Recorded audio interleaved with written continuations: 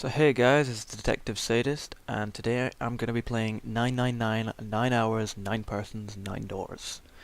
And it's a graphic adventure visual novel kind of game, and the story follows Junpei, who is abducted and placed aboard an empty sinking cruise liner along with eight other individuals. They're forced to participate in the Nonary Game, which involves exploring the ship and solving escape-the-room puzzles. The game follows a branching plotline that concludes in one of 6 different endings based on the decisions made by the player character. Alright, let's start. You will start at the beginning of the game. Would you like to overwrite this save data? Yes. Okay. There's always something about games of death that people are forced to participate in that all really seem cool. You know, like Battle Royale, Kaiji, that sort of thing. And Gantz, obviously. You've seen that, but if you haven't, I highly recommend it.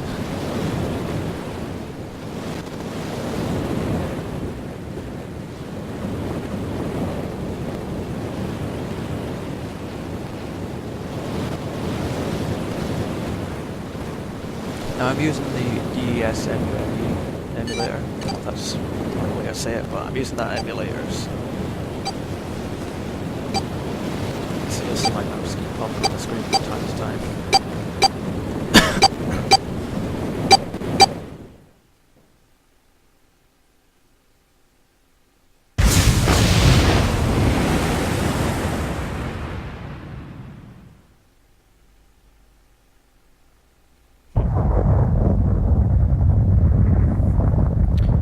Loud noise startled Junpei awake and his eyes snapped open. As they adjusted to light, he realized that he didn't recognize his surroundings. Ow. With a crack at Junpei's head connected with something metal. He rolled over and threw out his hand to steady himself, but he found himself groping at empty air. His balance lost and his still fuzzy mind struggling to understand what was going on, Junpei tumbled down to the cold grey floor. Ouch, goddammit. God, what the hell? Junpei glared around the room, still trying to determine where he'd woken up. The fall had shaken the last cobwebs of his sleep from his mind, and finally he understood where he'd fallen from. It was a bed. A 3-level bunk bed, in fact. Junpei had fallen, apparently, from the topmost bunk. His shoulder hurt, his knee hurt, his hip hurt, his entire body hurt.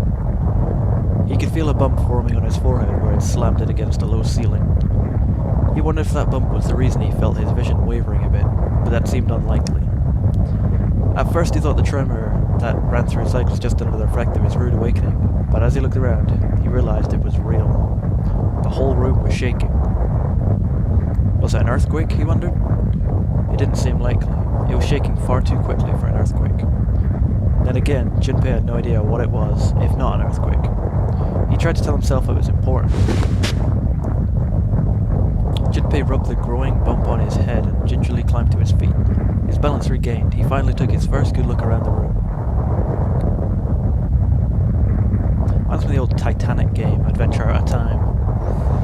And muttered to himself, "Where am I?"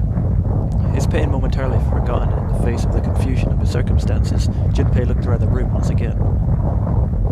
Minutes passed while Junpei struggled to get his bearings. He's quite slow, isn't he? Then, as suddenly as they had begun, the tremors ceased. A cold silence fell over the room. Well, that doesn't sound good. From somewhere far away, Junpei could hear the sound of metal squeaking. He felt his stomach tighten. There were 1,000 things the sound could have been, but none of the things he could think of were good.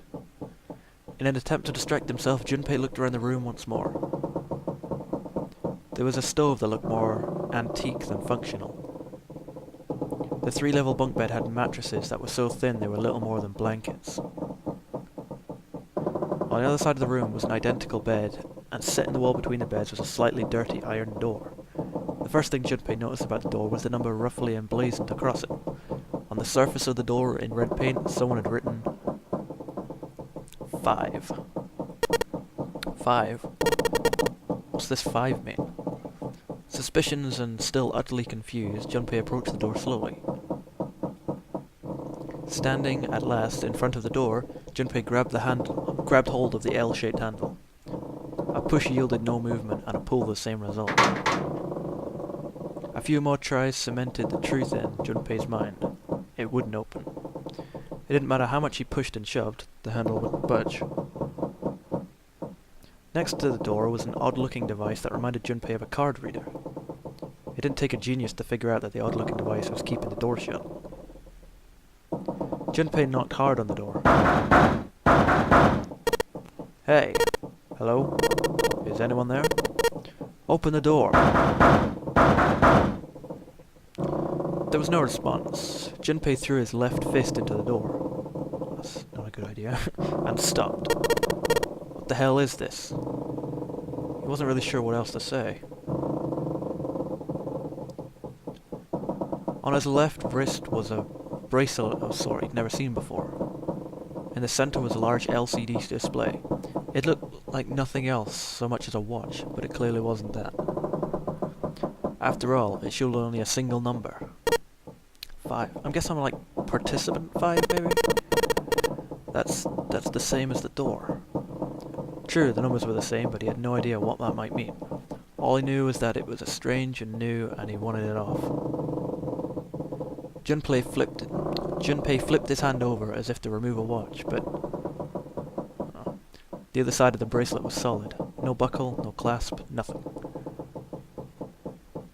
He sighed and flipped the thing back over. There were a number of rivets around the rim of the face. Perhaps. He pushed them, but nothing happened. On a watch they might be dials for adjusting date or time, but on this bracelet they did nothing. Junpei was at a loss. What was he gonna do? Growing more desperate, he began to tug at it. However... Damn! It's no good.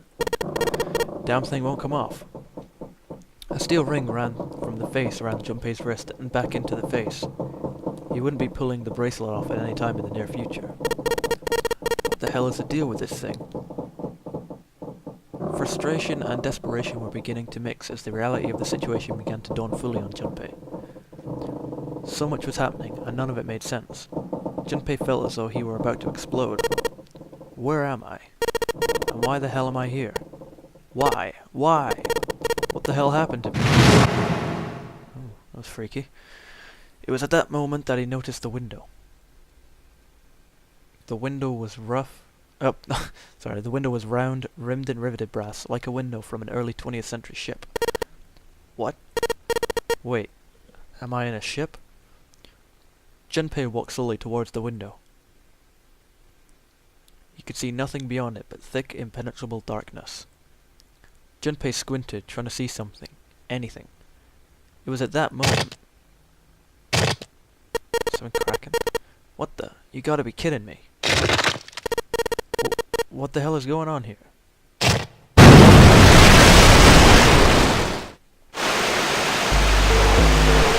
Cracks splitting the glass of the window. For a moment, Junpei stared at it. Then the window burst and water began to pour into the room. What the hell? God damn it. Junpei lay in his feet slipped and water already into the room. He ran for the door.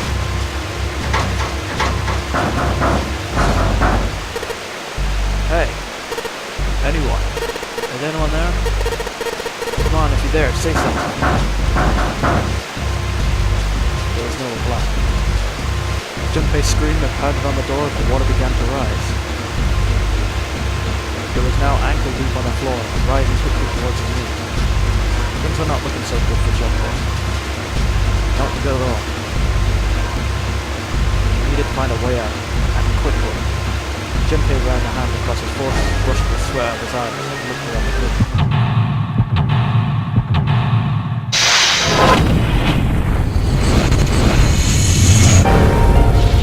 Seek a way out. Hope this is not a time I really don't do good under pressure. Operations during an escape. During an escape, you can move to the different parts of the room by touching the bottom screen. Since many areas require very exact selection, we recommend using the stylus. I guess that's the mouse on this one. Searching during an escape. During an escape, you can touch the background to search anywhere in the room. Areas you can investigate will be highlighted in yellow the moment you touch them. Depending on the nature of the location you touch, you might find an item or a hint. Begin searching by touching places on the bottom screen. How to move. Touch the triangle icon on the bottom screen.